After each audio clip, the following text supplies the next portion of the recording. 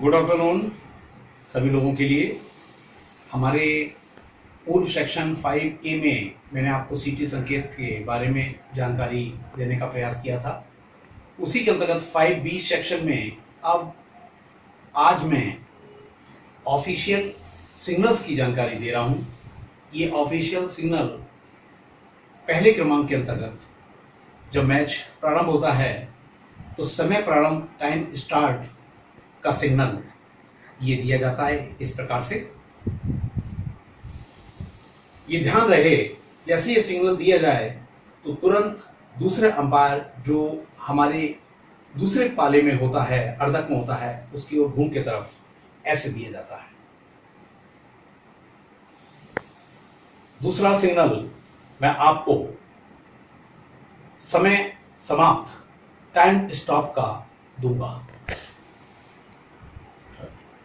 दूसरा signal time stop समय समाप्त किस प्रकार से दिया जाता है मैं आपको बता रहा हूं। दूसरे अंपायर जो अर्धक में है उसकी तरफ घूमकर दोनों हाथों को ऊपर ले जाकर क्रॉस बनाकर यह सिग्नल दिया जाता है।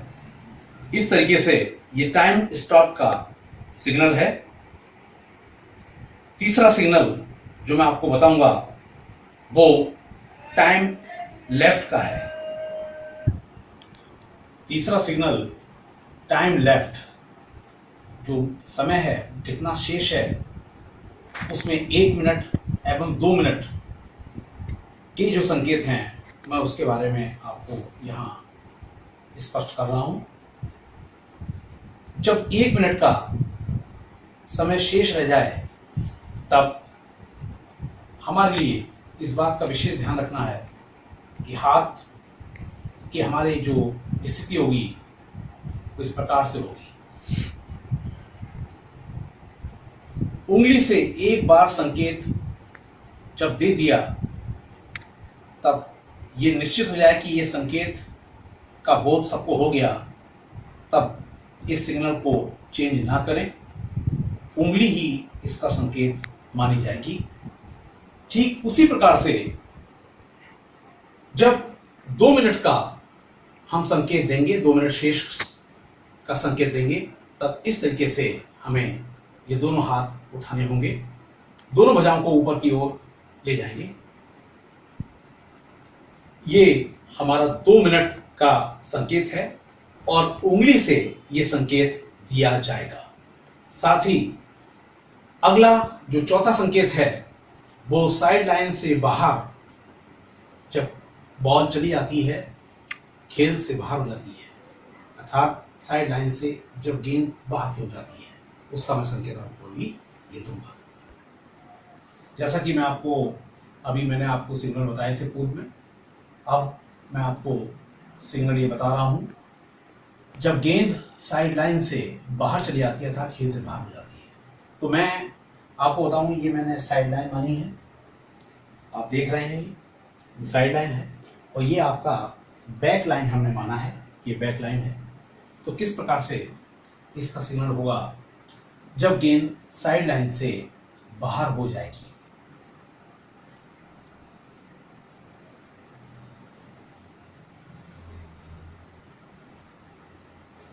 ये सिग्नल साइड लाइन से जब गेंद बाहर हो रही है उसका दिया जा रहा है। एक हाथ आपका साइड लाइन की रेंज में और दूसरा इस हाथ के समानांतर अर्थात हॉरिजॉन्टल क्रम में। आप देख रहे हैं ये सिग्नल जब गेंद साइड लाइन से बाहर हो जाती है अर्थात खेल से बाहर हो जाती है। अब मैं आपको अगला सिग्नल जब गेंद बैक लाइन से बाहर होती है अर्थात खेल से बाहर हो जाती है उसका दूंगा। अभी मैंने आपको क्रमांक 4 में स्थिति स्पष्ट की थी सिग्नल की। अब ये क्रमांक 5 का सिग्नल है जिसमें गेंद बैक लाइन से बाहर जाती है और उसे हम खेल से बाहर भी कहते हैं, खेल से बाहर होना गेंद का। तो जैसा कि मैंने आपको बताया कि ये आपका साइड लाइन है और ये आपका बैक लाइन है। तो जैसे ही बॉल बैक लाइन से बाहर जाएगी हम उसको सिग्नल इस प्रकार से देंगे, बैकलाइन की साइड में आके दोनों हाथों को हॉरिजॉन्टली ऊपर करके कंधे के समानांतर लाकर हम बैक लाइन से जब बॉल निकल जाएगी बाहर, गेंद बाहर चली जाएगी, खेल से बाहर हो जाएगी, तब हम इसका सिग्नल इस प्रकार से देते हैं।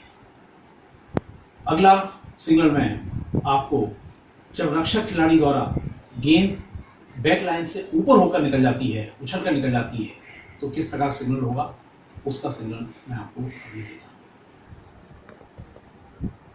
जैसा कि आपको मालूम है, मैंने आपको पूर्व में 5 संकेत दे चुका, मैं अब 6वां संकेत में दे रहा हूं। जब बॉल बैक लाइन से उछलकर रक्षक खिलाड़ी के द्वारा अचानक बॉल बैक लाइन से ऊपर उछलकर निकल जाती है, तब किस प्रकार का सिग्नल होगा। हाथ को पीछे ले जाते हुए, झंडी की ओर इशारा करते हुए, जहां से बॉल बैक लाइन से पीछे गई है, उछल कर गई है, वहां से ये संकेत दिया जाता है। अर्थात बैक लाइन से बॉल किस प्रकार से पास हुई उछलकर, उसका सिग्नल ये रहता है। अगला सिग्नल मैं आपको जो बुली है वो किस प्रकार से होता है, उसका सिग्नल क्या होता है, इसकी जानकारी दूंगा। अगला सिग्नल बुली। बुली क्या सिग्नल किस प्रकार से दिया जाता है, आप उसको देखें। और हाथ को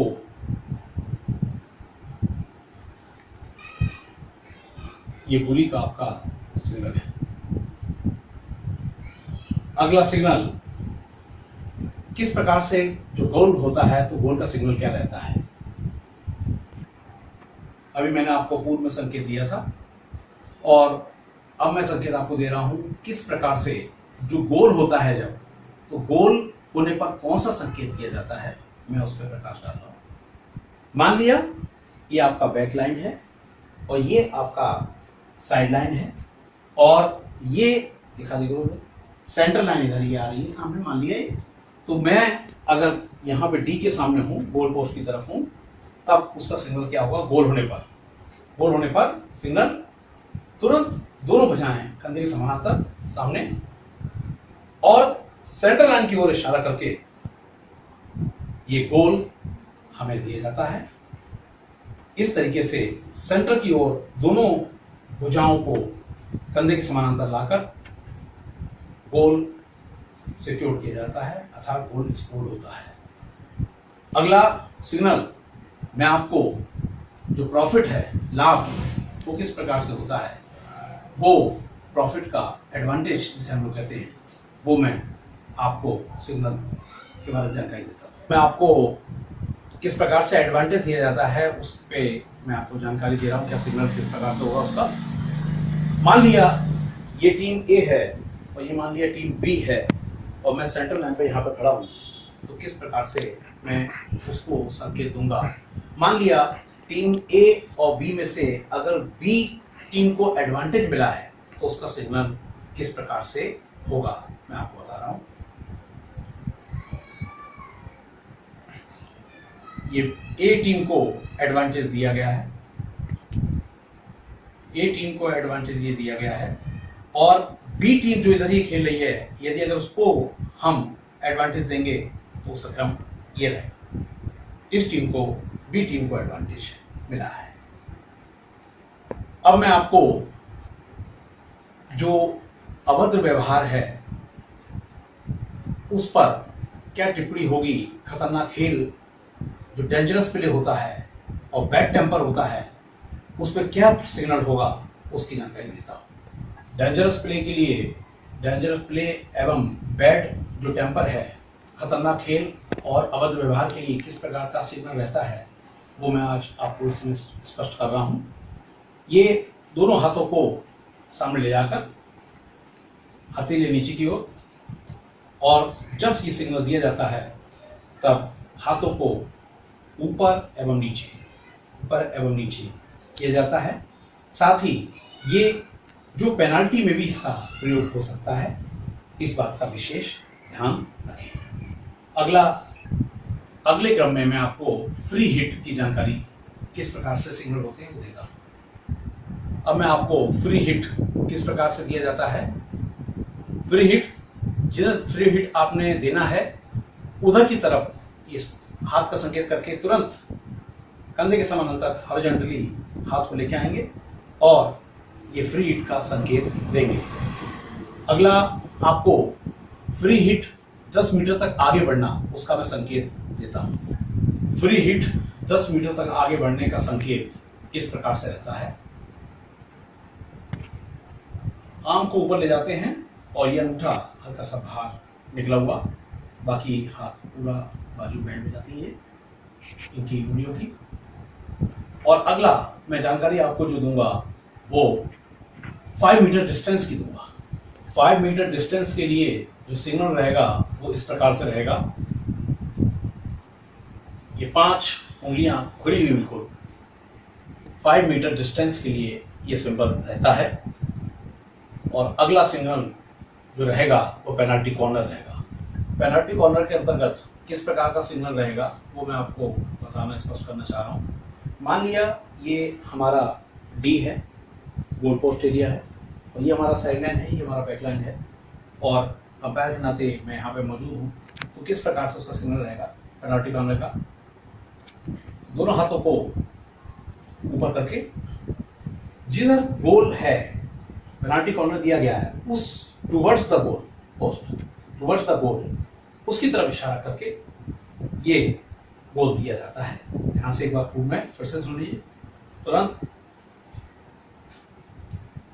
towards the goal penalty corner के लिए ये संकेत है।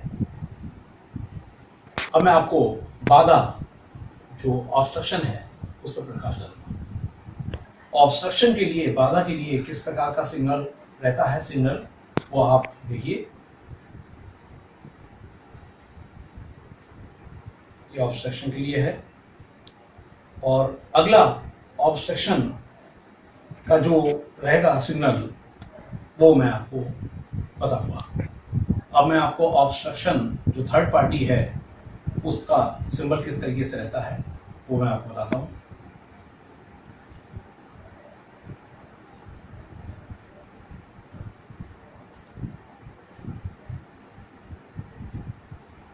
अगला क्रम मैं आपको क्रम में किक के बारे में बताऊंगा। अब मैं आपको अगला जो सिंबल है किक, मैं उस पर प्रकाश डालता हूं।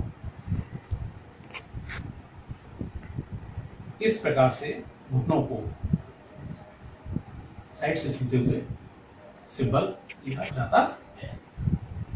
अगला क्रम मैं अगला सिंबल बताता हूँ जो हम रेस्ड बॉल के नाम पे जिसको हम जानते हैं उसका सिंबल मैं अभी आपको बताता हूँ। रेस्ड बॉल का जो सिंबल रहेगा वो इस प्रकार से रहेगा।